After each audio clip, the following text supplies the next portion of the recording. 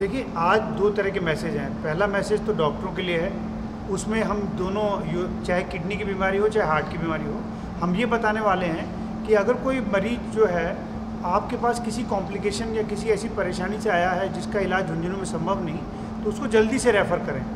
और दूसरा ये बताने वाले हैं कि नई नई क्या क्या तकनीकें इस टाइम जयपुर में उपलब्ध हैं जो इंटरनेशनल लेवल की हैं, और उन सर्जरीज़ के द्वारा यहाँ के मरीजों को ठीक करा जा सके, इसके बारे में डॉक्टरों को जानकारी दे रहे हैं। दूसरी जानकारी हम यहाँ की कुछ पब्लिक के लोगों को देंगे, वो ये होगी कि हृदय की बीमारियों से कैसे बचा जा सके, और किडनी की बीमारियों से, किडनी स्टोन या कोई और बीमारी है तो उसको कैसे कम करा जा सके, और अगर बीमारी हो गई तो जल्दी से जल्दी डॉक्टर के पास कैसे पहुँचा जा सके। इसके बारे में हम परिचर्चा करेंगे कि कैसे हम हृदय की बीमारियों में जो भी रिस्क फैक्टर हैं, यानी कि खाने से संबंधित, चाहे वो जेनेटिक से संबंधित, डायबिटीज़ से संबंधित, स्मोकिंग, कैसे योगा या प्राणायाम या किसी के द्वारा हम इस बीमारी को कम कर सकते हैं, इसके बारे में जानकारी देंगे। क्योंकि हम सबको ये पता है कि हृदय की बीमारियां इस टाइम सारे हिंदुस्तान में और उसमें भी राजस्थान में बहुत तेज़ी से बढ़ रही हैं, और उसके बहुत सारे कारण हैं, और उन कारणों को अगर हम सब मिल के चाहें तो आराम से हटाया जा सकता है, कम करा जा सकता है, और इन बीमारियों से मरीजों को बचाया जा सकता है। डॉक्टर संदीप नूनिया बताएंगे किडनी की बीमारी में क्या जानकारी देंगे। एक जैसे आपने जो आंकड़े बताए उसमें शेखावाटी की क्या स्थिति है सर? देखिए, अगर ऐसे माने तो शेखावाटी अकेला पता लगाना बड़ा मुश्किल है, लेकिन अगर हिंदुस्तान के मामले में माने तो सबसे पहले केरल आता है, दूसरे नंबर पे पंजाब आता है, और राजस्थान का नंबर बिल्कुल ज़रा सा नीचे पंजाब के है। और राजस्थान में जो हृदय की बीमारियों की दर है वो 8% से ज़्यादा से तेज़ी से बढ़ रही है, यानी कि हर 1000 में 8वें व्यक्ति को हृदय की बीमारी होने की संभावना है।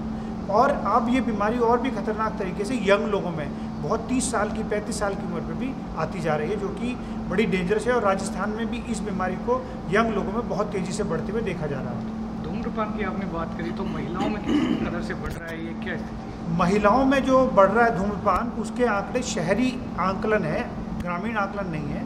और शहरी आंकलन जो है वो 4.8%, 4.8% की गति से धूम्रपान महिलाओं में बढ़ रहा है शहरी एरिया में, गांव में नहीं। एक डाइट प्लान आपने बताया, तो किस तरह थाली चेंज करें? देखिए, बड़ा सिंपल है। अगर हम पहले करें कि ख़राब थाली क्या है, ख़राब थाली ये है कि एक अगर हिंदुस्तानी थाली को और स्पेशली राजस्थानी थाली को देखें तो उसमें बहुत सारी चपातियाँ होती हैं, 4 या 5। एक छोटी कटोरी दाल की होती है जिसमें पूरा घी भरा होता है, और बड़ी तली हुई होती है। सब्जी होती है बड़ी जरा सी, लौकी की सब्ज़ी में बहुत सारा तेल होता है, मिर्ची होती है, अचार होते हैं, बहुत जरा सा सलाद होता है, दही के नाम पे बहुत छोटी सी कटोरी दही की होती है। तो हमने इस थाली में देखा कि बहुत सारा कार्बोहाइड्रेट खाया, फैट खाया, कोई भी फाइबर नहीं खाया, कोई भी प्रोटीन नहीं खाया। तो ये सब हमारी नलियों में जमने वाला है, हमको नुकसान देने वाला है। तो हम ये जनता को बताना चाहते हैं कि थाली को बदलिए।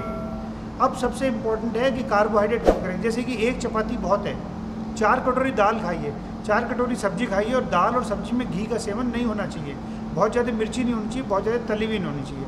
सलाद की मात्रा 2-4 फाँक नहीं, कम से कम आधा किलो सलाद खाना चाहिए। उसके साथ साथ फ्रूट्स का सेवन करना चाहिए, और मिठाई पूरे हफ्ते में 1 या 2 बार से ज़्यादा नहीं सेवन करना चाहिए, और वो भी मिठाई अगर घर में बनी हो तो अच्छी होगी। ये यंग आदमियों के लिए है। इसके साथ साथ अगर उम्र बढ़ती चली जानी चाहिए तो हमारा और भी सेवन जो है फ्रूट्स, सलाद और दाल सब्जी पे होना चाहिए। चावल, आलू, चपाती, इनका सेवन कम होते चले जाना चाहिए। इंटरनल अस्पताल एक विश्वास का नाम है, तो शेखावाटी को लोगों को कैसे सुविधा मिले, इस अस्पताल को लेकर आप क्या सोचते हैं? देखिए, एटर्नल अस्पताल में सबसे बड़ी बात क्या है कि हर तरह का इलाज जो है इंटरनेशनल स्टैंडर्ड का होता है, यानी कि जो अमेरिका में इलाज संभव है वो इस टाइम एटर्नल अस्पताल में उपलब्ध है। जैसे अभी यूरोलॉजी, किडनी की बीमारी को ले लें, पथरियों के लेटेस्ट से लेटेस्ट तरीके जो निकालने के हैं, चाहे PCNL है, चाहे छोटे से छोटे चीरे से PCNL है, वो सब संभव है। इसकी जानकारी लोगों को पहुंचनी चाहिए। और लोग ये मानते हैं कि एटर्नल अस्पताल बहुत महंगा अस्पताल है। अगर आप माने तो एटर्नल अस्पताल में शुरू में देखने में वो महंगा लगता है, लेकिन अगर हम बिल के डिस्चार्ज को कंपेयर करें कि किसी भी और अस्पताल में, चाहे वो छोटे से छोटा अस्पताल हो, और एटर्नल अस्पताल में जब मरीज़ डिस्चार्ज होता है तो क्या उसके बिल में कोई बहुत बड़ा अंतर होता है? तो आप ये जान के आश्चर्य होगा कि अंतर जो है 2% से भी कम का होता है। यानी कि एटर्नल अस्पताल की भ्रांति है लोगों की, वो महंगा अस्पताल है। महंगा नहीं है, लेकिन एक साथ सारा इलाज बड़े तन्मयता से, बड़े तरीके से करा जाता है। शेखावाटी में सुविधा विस्तार को लेकर क्या देखते हैं, यहाँ पर कोई ब्रांच या देखिए, ऐसा हमारा प्लान है। हमने अभी एक eternal network hospital, EHCC network hospital करके कंपनी स्टार्ट करी है। हम ये चाहते हैं कि इस तरह की सुविधाएं हर क्षेत्र में पहुंचे। उसका पहला एरिया जो है वो हमने अभी सीकर में शुरू करने का सोचा है, और दूसरा हमारा प्लान है जो हम एक्सप्लोर करेंगे कि आने वाले अगले साल में 2023 में जून जुलाई के आसपास शेखावाटी के दूसरे शहर यानी कि झुंझुनू में भी एटर्नल हॉस्पिटल नेटवर्क हॉस्पिटल की सुविधाएं जनता तक उपलब्ध कराई जा सकें। यहाँ मेनली कार्डियक फैसिलिटीज़ बहुत कमज़ोर हैं। अभी भी सिंगल कैथ लैब है जो भी अंडर यूटिलाइज्ड है।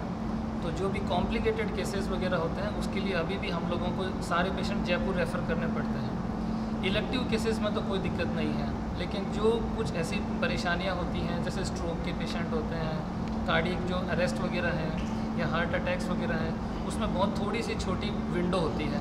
वो जयपुर जाने में पेशेंट यूजुअली वो विंडो लॉस्ट कर देता है। तो सबसे ज़्यादा इम्पोर्टेंट है कि यहाँ के जो भी चीफ जो फर्स्ट टाइम जो कंसल्टेंट जो पेशेंट्स को देखते हैं वो इटरनल हॉस्पिटल में एक इत्तला कर दें, पेशेंट को एक सही ट्रांसपोर्टेशन प्रोवाइड करें, ताकि उनका बहुत जो टाइम जो वेस्ट होता है ट्रांसपोर्टेशन में और उनको इवैल्यूएशन में, डायग्नोसिस में, वो सब कम हो। और ये सब हमारी नेटवर्किंग के द्वारा ही कम होगा कि इनिशियल डायग्नोसिस यहाँ हो जाए, ताकि एक इनिशियल जो बेसिक मैनेजमेंट यहाँ हो जाए और बाकी का फिर कॉम्प्लिकेटेड केस मीनवाइल वहाँ शुरू करें। और आगे आने वाले टाइम में हमारी कोशिश रहेगी कि इंटरनल नेटवर्किंग के द्वारा हम लोग ये सारी फैसिलिटी झुंझुनू में भी प्रोवाइड करने की कोशिश करें।